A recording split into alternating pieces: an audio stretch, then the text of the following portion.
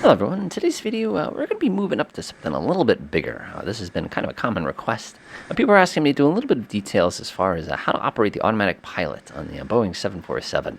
So today I'm going to kind of hit you with the absolute basics of this particular one. We got ourselves a little Pan American livery, but of course I got this from the older version of the pack, so we're actually Ma-nap. So you'll have to kind of deal with that, but it doesn't bother me too much. All right, let's pop inside. So first things first, the 747, we got a heck of an upgrade as far as systems goes. We got like a million little screens all around us. Everybody gets real intimidated. I'm not going to go into how to fly this aircraft. There are plenty of great videos out there. If you're looking for a particular way to how to fly it, again, we can take a look at that a little later. What I'm more interested in is how the automatic pilot works. Now, we've done some stuff with the automatic pilot in the past in this particular aircraft. I'm just going to kind of show you what works best for me, as well as kind of get you guys a general idea of what the different buttons do when air traffic control starts giving you kind of fun requests. So first things first, on this particular automatic pilot, it's called the MCP, Mode Control Panel. It interfaces with the Flight Management System, the FMC or FMS, depending on which part. Of course, then you have an MCDU, and now you have a DISCI, and it gets all complicated. I'm not going to worry about the alphabet soup too much here. But the thing you have to know is this computer talks to the autopilot. So if you have particular settings as far as performance, and you want it to do it a certain way, remember, it's going to be sending signals over here to tweak what you're asking it to do. The other thing you want to keep in mind is because this aircraft is so sophisticated, we actually have 3 axes worth of autopilots. We have the roll autopilot, which is going to control where we're going this way. We have our pitch autopilot, which is going to control our pitch up and down. And then we're going to have our speed autopilot, also known as an automatic throttle. Now, one thing I always warn people of with this particular aircraft is make sure that you got your auto throttle bound somewhere. In the actual aircraft, if you look real carefully, I'll see if I can find the button. There's actually a button to shut off the auto throttle right on the handle. This is one of those things that if you have space on your controller to press, I highly recommend it. The other thing you normally have is a little button down. Ah, there it is right there. Those are our toga switches, and I'll get to that in a minute. Generally, I like to have this bound on my joystick somewhere, and I like to have this bound on my joystick somewhere so I can quickly bash them in the event that something kind of comes up during my particular flight here. All right, enough background. Let's do it. So we're going to keep this flight mostly autopilot, again, just to demonstrate the features. So what do I like to do first? Now, the first thing I always do is I like to take the runway heading and I like to feed it into here. The reason I do this is on takeoff, you're not necessarily going to be given permission to turn right away. In this particular case, now that it's set to 239, we can actually basically take off, and once they call us, then we can flip modes. So in this particular case, I'm actually going to come down here, go to my legs page. Well, that's a problem. Defined. Okay, that happens too. I'm not going to panic. I'm just going to come up here and recorrect that, as we're actually flight level 110 today. Problem solved. That should fix this too. Delightful. So what we're going to do now is we're going to go ahead and make sure this is set. We're going to set our V2 speed. So if you remember, if you're working with this particular one before, you can go get that under performance. We'll do takeoff. Looks like climb. Looks good. Takeoff. Flaps 10. Our V2 speed is 172 knots. So I'm just going to come in here and do 172. That means the aircraft will maintain 172 knots through its initial climb out. Next thing you know, we want to go ahead and check our initial altitude. That's going to be defined completely by whatever your particular situation, your SID is going to be. In this case, at Bradley, it's always 4,000 feet. So I'm going to go ahead and dial in 4,000 feet on this side. So everything's ready to go before I even leave the ground. Again, the more I can do now, the less work it's going to be for me a little bit later on. All right, so now let's check one more thing. We're going to make sure flight director is enabled. We're going to make sure auto throttle is selected. And what we can actually do on this aircraft is we can pre-arm everything, which I think is really, really cool. I can come in here, I can pre-arm my LNAV, I can pre-arm my heading select. Now notice there's a heading select button, which means pick this heading, and there's a heading hold button, which means hold the current heading. So if I wanted to, I could actually bash this button and it will hold this heading, whatever this says. So for example, if air traffic control calls us up and says, expect to have to take a right turn to 300 after takeoff, I can come in here and say 300 after takeoff, kind of a thing like that. Make it nice and simple. Boop, boop, boop, boop, boop. Click, click, click, click, click, ding. So now what I can do is I can use heading hold to keep me on runway heading, and as soon as they give us the OK, I can immediately press heading select, which is exactly what we'll do. We can also come in here and do things like arm our vertical navigation as well. Again, our vertical navigation isn't going to be terribly reliable here because our initial altitude is flight level 110. However, if we did enable VNAV, this is going to give us a little bit more options as far as what we can do with our automatic throttle. Remember, VNAV can't fly through whatever altitude you dial here. There's actually a button in here in the real world you can push to say skip, but we're not going to worry about that too much. So let's go ahead and get this bucket going, and we'll have some fun today. Come down here, and the thing we're going to press is the toga button. Press toga, and as soon as you mash that button, my throttle no longer works. Go ahead and release the parking brake, and down we go. So what toga does is take off and go around. When you smack that button, the engine's automatically going to spool yourself up to the power that you're going to need to both take off as well as go around in some kind of an emergency. In this case, we're just interested in taking off. So the speed we're looking at here is going to be 138 knots. How do I know, you ask? It says it right here. This is V1 coming up on it in just a moment. Again, we're just worried about flying this plane. Man, is this thing a big plane. Holy smokes. You did set your trim correctly, right? And there's V1. We're going to pull back on the yoke. And oh boy, here we go. Notice my flight director is doing all the work for me already. And we are vertical speed. And now notice how my flight director, which is that little pink crosshair, is doing everything for us. It's telling us what angle we need to hold the plane at. It's also telling us exactly what we need to do as far as that goes. So I'm going to pull the nose up just a teeny tiny bit here. Again, remember, we want to be climbing this particular altitude. On 123.905. All right, go ahead and give myself a little tiny bit of trim here. So I'm going to go ahead and flip on the VNAV option. That's going to change my desired speed. And now I'm going to go ahead and flip on my automatic pilot. And now I'm just going to use that heading hold. So now what the aircraft is going to do is it's going to accelerate up to its first speed limit, which is going to be 250 knots, as you can see. And it's also, of course, going to hold us at that heading hold position we did. Let's say they call us and say, turn right heading 300. We just mash the select button, and look at this. The whole aircraft is now going to take a right turn to 300, and we haven't had to do anything yet. Now, what's going to happen next is we're going to get really close to 4,000 feet. Now, in the real world, what will happen is because of noise abatement at this particular airport, as soon as you take that initial turn, Last transmission. they're going to go ahead and ask us to hand out, which is perfectly fine. So what they would do is they'd ask us, they'd say climb and maintain flight level 110. We'd say up to 110. We'd come up here, we'd dial in that brand new altitude, and then don't be surprised if they call us back and say proceed on course. The moment they say that, we can now press LNAV, which simply says lateral navigation. For those of you familiar with the smaller autopilots, all this does is it's going to go ahead and follow whatever your navigation waypoints are. In this case, our navigation waypoint is going to be our first destination. So what I like to do too, and this is 747, I like to zoom out a little bit, and you can see now we're proceeding right on course, and we're going to be approaching that altitude. Notice I have not touched my engines yet. So we're going to keep swinging around, and notice how useful this is, how you can pre-arm and pre-select things prior to doing anything else. Another thing I find very interesting is now that we've activated automatic throttle mode, it's just kind of sitting here sort of hanging on it and is holding us exactly at the correct speed, meaning it's one less thing we need to worry about as we're concentrating on flying this aircraft. So what we're going to do now is that we're going to get a little bit of altitude, and then we're going to play with some of the other modes. All right, we've got ourselves a little bit of altitude underneath us, and you can see we're doing about flight level 110 here. We're right on course. Right now, we're on LNAV, which means, again, navigation hold mode. We're in VNAV, which simply means whatever altitudes we have pre-selected inside the computer attempt to achieve, as limited by whatever we have set here. And the aircraft is still on automatic thrust right now, which is actually a little spooky because this light should be on right now, but I'm not going to bother with it. I'm not concerned with it. So what we're going to do now is we're going to experiment with some of the other options we have on the automatic pilot on this particular aircraft. For example, let's say we get a call from air traffic control that says climb and maintain flight level 130. We say, okay, 130. So we're going to dial in the altitude we wish to desire to, and then we have a couple different ways to get to it. The first mode we can use to get to it is we can go ahead and press the VS button, which is going to allow us to climb at a specific vertical speed. So I'm going to press VS, and I'm simply going to click this a few times until I get the vertical speed I desire. In this case, let's call it 1,050 feet.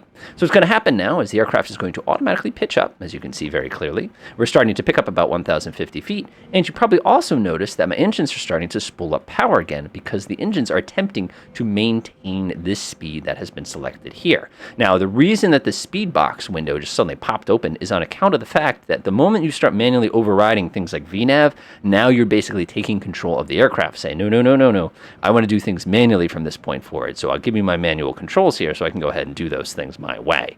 So you can see we're starting to pick up a little bit of speed here.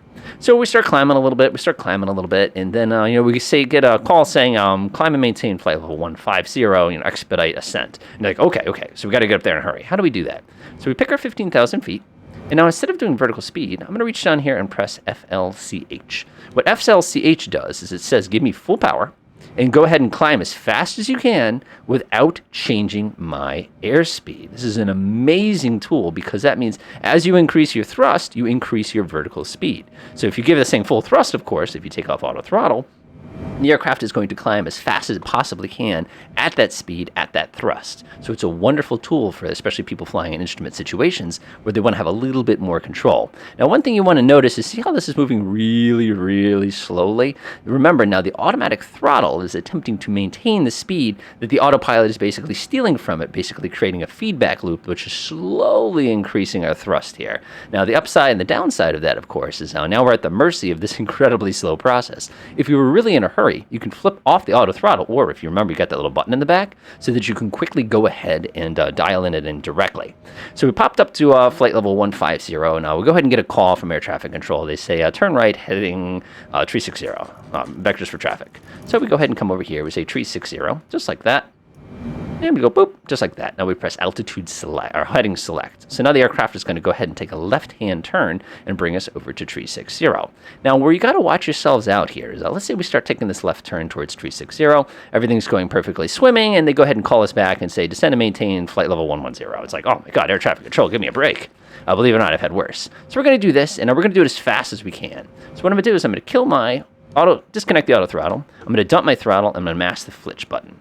So what's going to happen now is the whole aircraft is going to go, whoa, and start diving like crazy. Now you're probably saying, why is it diving like crazy? Well, I've thrust at 0, and I'm asking it to maintain an airspeed of 310 knots. Put the two together, and this thing will basically fall off the side of the world as it loses all this altitude. So we're going to start descending just like this. And again, our traffic control is going to go ahead and call us up and say, proceed direct Gardner. So I can see on my little chart here that Gardner is this position, but it is not our next waypoint. If you actually take a look, our next waypoint is actually lapel. So it's like, oh no, what do we do? Well, there's a couple things you can do. One thing we could do is we can go and come in here and dial in the heading that takes us to Gardner. But the moment you do that, your sequencing of waypoints is going to try to take you back to lapel. So in this case, what I'm going to do is I'm going to go ahead and say a heading hold. Of course, whenever they ask you to do something directly, you're supposed to do it immediately. So I'm going to go ahead and dial in a little heading that I need to travel on. It's going to be about right here. Remember, you undershoot it, switch to heading select mode, which is going to take us a right turn. And now we can head over to our FMS. So coming down to FMS, we need to proceed direct Gardner. So there's a couple different ways we can do this in this particular system. The simplest way that I like to do is I like to select it, and then I just like to override it. Press execute, and now you can see I deleted the last waypoint, and now Gardner is my new waypoint. So now I can just reach over here to LNAV, press the LNAV button, and now the aircraft is now going to turn itself and bring us back. Notice, by the way, we're starting to slow down considerably. So what I'm going to do is I'm going to go ahead and select my speed mode here, give this thing just a little bit of juice, and kind of get us rolling a little bit here. We can always snap this off and snap it back on, pick the speed that you want to do, go ahead and hit the button, and the engines will automatically grab the throttle from you. As you can see, I'm not actually in control, and off it goes one more time. Whoop, 310. I'm starting to get carried away here. I've asked you nicely. I'll go ahead and flip that off and go ahead and take manual control of this for a second. One of the bummers is that it's really, really difficult to get it to do exactly the speed that you want it to do. It's just kind of a sort of a consequence of the way the whole system was engineered. But believe it or not, you do have quite a bit of control over this. If I switch back to VNAV button, by the way, you'll notice I can still move this throttle. My auto throttle has now been taken off. We have to re-engage our automatic throttle in order for the system to go up. Now you'll notice I'm moving my throttle back and forth. At least you can probably hear it. But the throttle system itself is not changing speed. Once we get a little bit slower, you're going to see it starts to take off again. This is one of the tricky things about this system. Now, you're probably saying, well, what happens if we reach back here and we press the toggle button again? Does that kind of turn everything back on? You can see it is not turning everything back on. So one of the downsides of the way that they designed this particular system is they did not enable you to be able to go ahead and immediately dial in the speed. Again, I should be able to come in here, shut off VNAV, off it goes. There we go. And now we're going to accelerate back up to our 310. So as you can see, there's a little bit of a finagling involved, which is why they really don't want you flipping off that auto throttle unless you absolutely have to. I had to re-enable vertical navigation after pressing the speed button in order for that to get to work. So that is a little on the glitchy side, and it's something you're probably going to run into a few different times. So now if we wanted to, let's say we get a call and say reduce speed to 250. So what we could do is we come in here, we could shut off our vertical navigation, but notice, can't shut off the vertical navigation. I can come over here and press the speed button. I can't shut off the speed button. I can snap down the automatic throttle, and I could go ahead and pull it back myself. Now, the other thing we could do, too, is we could actually come into the FMS, and we can actually dial in what speed we actually want to be at. So, I could come in here and do something like this, 250/, and I could come over here and order it to go ahead and do 250. Now, unfortunately, it won't let me update that because that is our current lag. So, again, this is a little on the glitchy side. Be prepared to have to do a lot of kind of quick thinking on your part. The good news, however, is it's time to go ahead and descend. So we're going to go ahead and start descending. Go ahead and order up my new altitude. We're going to say we're going to come down to an altitude of, let's call it 5,000 feet. Perfect. And we're going to go ahead and order up a flight level change. Notice as soon as I mangled that button, everything shut itself off again. I still have control of the thrust, but now I can go ahead and safely come down. Notice also that it gave me a speed of 242. We can go up to 250 knots if we're on the descent. So I'm just going to pick 250. And now the aircraft is going to slow itself down, but it won't start descending quickly until we drop down to that speed. So one thing we can do just to have a little bit of fun if you're in a really, really big rush and you happen to have air brakes on board, that'll get you going down fast. So as soon as the nose pitches down, I always like to kill the speed brakes. Usually people don't like to use speed brakes. It's considered kind of sloppy piloting. I just want to show you one method you could use to kind of get things going. Notice, by the way, we're about to crash the 10,000 foot barrier at a speed well above 250. So that's something you're going to have to be mindful of. We're also crashing 10,000, so you want to double check to make sure your landing lights are in the on position before we do it. So like I said, a couple little things you're going to be watching out for and kind of being careful. If you ever have issues trying to get the speed to get recaptured, just mash the VNAV button a couple times with the auto throttle armed. That should work pretty well. So now what we're going to do is we're going to jump up to our approach and see how some of that works. All right, now to go ahead and try out the approach autopilots. So for the approach autopilot, it's a relatively straightforward experience. Basically what you're going to do is you're going to pre-select the particular arrival you're going to be using. The moment you do that, the computer is smart enough to know that once we get close to that particular position, it'll actually automatically call up the correct frequency for the ILS approach. You can see right now that on ILS MLS here is 17. It's already picked 10910 for us. Now, a lot of people ask, okay, so what do we do now? So right now, the auto throttle is working. Like I said, you had to mash that VNAV button about 10 times under to get that darn thing to behave, but hey, it worked in the end. So now what we're going to do is we're basically going to have to fly a bunch of this manually. So I'm going to drop this down to 220 knots. We're going to go ahead and take a nice gentle right turn. I'm going to leave the VNAV out because we're going to be flipping to approach in a second. So I'm going to come down to initial reference here. I'm going to go to my route, performance. Let's see here. Actually, I want index here. I'm going to go down to the approach page. You can see here it is giving us a reference speed of 144 knots, which is perfectly fine. That's going to end up being the last speed we need to make sure that we're going to hit as we approach down there on the ground. So one thing I have changed also is if you take a look down here, you'll notice the fact that I've switched to kind of the circular mode. You can actually change that just by pressing that button. Again, always do what works for you. So what I'm going to do now is I'm going to arm the approach. To do that, I'm going to reach over here. I'm going to press the app button. Now, when you press app, nothing's going to happen. However, if you look very carefully, you'll notice that localizer has been armed and glide slope has been armed here. Now, the cool thing with this system is it's smart enough to know to talk to the correct type of approach. So if we're on an ILS approach, which we are, you'll notice it's actually already called up the ILS approach and gone ahead and locked everything into it for us before we've even had to do anything. Now you'll notice as we take our turn onto final here for a localizer, the localizer turned green. That's simply giving us a heads up saying, hey, we've captured the approach successfully here. Now, glide slope light right here, however, you'll probably notice has not changed to green. The reason for that is because we are significantly above the ILS right now. So what we're going to do is, even though we've got approach selected, we can actually go ahead and dial in altitude a little bit lower. So in this case, I'm going to come down to 3,500 feet. Press the vertical speed, down, down, down. So now the aircraft is actually going to start descending down. But notice, even though I'm in vertical speed mode, I still have the glide slope armed. So at any moment, if we intercept the glide slope will basically get hijacked away from the rest of the controls. So thanks to some quick time acceleration here, we'll go ahead and speed things up. Kind of approaching our runway here. Notice we've just acquired where the glide slope is, and we're significantly underneath it, which is exactly what we expected to be. We're holding our reference speed perfectly. Get a little bit closer. I'll zoom in just a tiny bit here. You can hear my computer having a fun time. 2, 3. And we're right about to capture it, so it's time to go ahead and slow the airplane down. So what I'm going to do is I'm going to pull this all the way back to our approach speed here, which is 144 knots, but you're going to add 5 to that. So it's going to get us 149 for our approach speed. Notice the aircraft has just touched it, and you can see that the glide slope light turned green to notify us the fact that now we've got the glide slope. We're ready to begin our descent here. And you can see the aircraft is ignoring my altitude and making its way down. Time to get this thing ready to land. I'm going to go ahead and pick my auto brakes, get them ready to go. I'm going to go ahead and arm my speed brakes, which is now armed. I'm going to go ahead and get a couple notches of flaps in so we don't accelerate too much here. Go ahead and give it a couple bangs. That should do it. And the aircraft's going to start slowing down quite a bit here. So keep in mind, my automatic throttle is still on. The system I can override at any point by pressing that little button like I warned you in the back that you're probably going to have bound. If you look out the window, you can actually see Manchester's little airport kind of sitting over there. We're going to go right over the center of town here and make all sorts of nasty noise. We're going to go ahead and get the landing gear down, give us a little bit of extra drag. Check to make sure they went down. Big airplane. Now, what makes this aircraft so incredible, and most airliners like it, is the fact that the automatic approach is an actual automatic landing, assuming that the ILS at that particular airport supports that feature. So in this case, believe it or not, we do have the capability to go ahead and do an automatic landing. So as long as we pick our speeds correctly, as long as we hit everything, this aircraft will, by gently, I mean aircraft carrier land onto the ground there. So I'm just going to kind of look out my window right here real quick and double check to make sure everything looks pretty good here. I think we've still got a little bit of time acceleration going on. I'm going to go ahead and put down my last couple notches of flaps. Check to make sure it looks good. Flaps 30. Airspeed's looking pretty solid here. You see we're just ripping over the ground here pretty darn fast. Look at how big this airplane is. This is so absurd. So again, we're going to do an automatic landing here. There's nothing different you have to do with an automatic landing. However, if you want to make sure the automatic landing has been pre-programmed correctly, if you come down here, see where it says the word rollout and see where it says the word flare, that simply notifies you the fact that the system is armed and ready to automatically land the airplane. Now, keep in mind, an automatic landing is about, like I said, as soft as a carrier landing, even with an aircraft carrier, I almost said it, even with an aircraft of this size. So again, this will be kind of fun. Now, you can see we've got a radar altimeter warning here. We can go ahead and dial in our minimums. Looks pretty good. Looks pretty good. We can see they've already been selected, so I'm not going to worry about that too much. And we'll make sure them set up. Here we go. That's what I wanted to set. There we go. I don't know why it's decided to barometric minimums. I'm going to push this button. Is it going to give us a radar? Nope, it's not going to give us a radar because it's a punk. Lame. Oh well.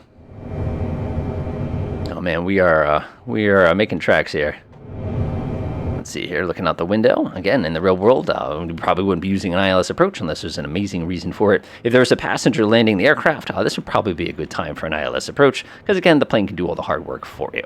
So we got 1.7 nautical miles to go. There's the runway right off our nose. One thing I like to do on my final approach here is I like to kind of copy the heading for whatever we're doing in case we have to go around. Likewise, in the event that we do have to go around, what we can do is we can actually use the heading hold function. Another thing I like to do is I like to go ahead and set up whatever my minimum altitudes is. I believe it's 5,000 feet for this particular one. Again, I'm making that up, but I'm just going to assume that it is. So at this point, the aircraft is completely under control. Normally what we do is we reach over here and all three of these lights would be turned on at the same time. So all three autopilots are going to be helping us out and make this a landing approach here.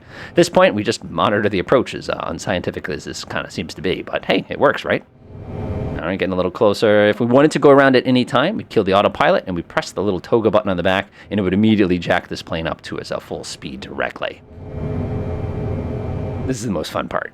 So now watch these two lights suddenly change color right as we start getting a little bit closer to the ground there. It's 0.4 to go, 0.3. Get your fingers on the controls that you're going to need to go ahead and cancel out all that automatic throttle and all that other good stuff. You can also reach up here and smack this handle as well. Do you trust the computer? Let's find out. 100. 70. 60. Watch this. Oh, this is so terrifying. I hate this. I hate this so much. Flare. So the nose is going to lift itself up. And you're going to get the thing. Here it comes. Oh, ouch. Oh my gosh, I'm going to feel that for a week. Brakes, brakes.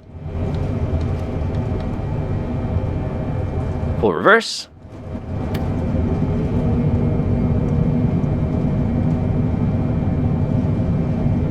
And we have reached our destination. Woo! Now that is what I call a carrier landing. That's awesome. All right, so hopefully this video is helpful as far as kind of revealing some of the mysteries of the automatic pilot. Things you got to watch out for. This autopilot was designed for one workflow in the sense that it was, I'm just going to sit here on the runway, as in the sense that it was designed to be used where VNAV and LNAV is on the entire flight. Once you start fitzing with the speeds, you're going to have problems as far as manually selecting or going back. If you get a situation where the auto throttle will not re-engage itself, just bang the VNAV button a couple times. But remember, VNAV does not work unless you've programmed the FMS, which is a video for another day. So hopefully this video has been somewhat helpful here. This has been a pretty fun little flight. I haven't got to take this guy for a spin in a while, so it's kind of enjoyable to do. And hopefully some of those little glitches that they have in there, they're going to tweak later on. Other than that, enjoy.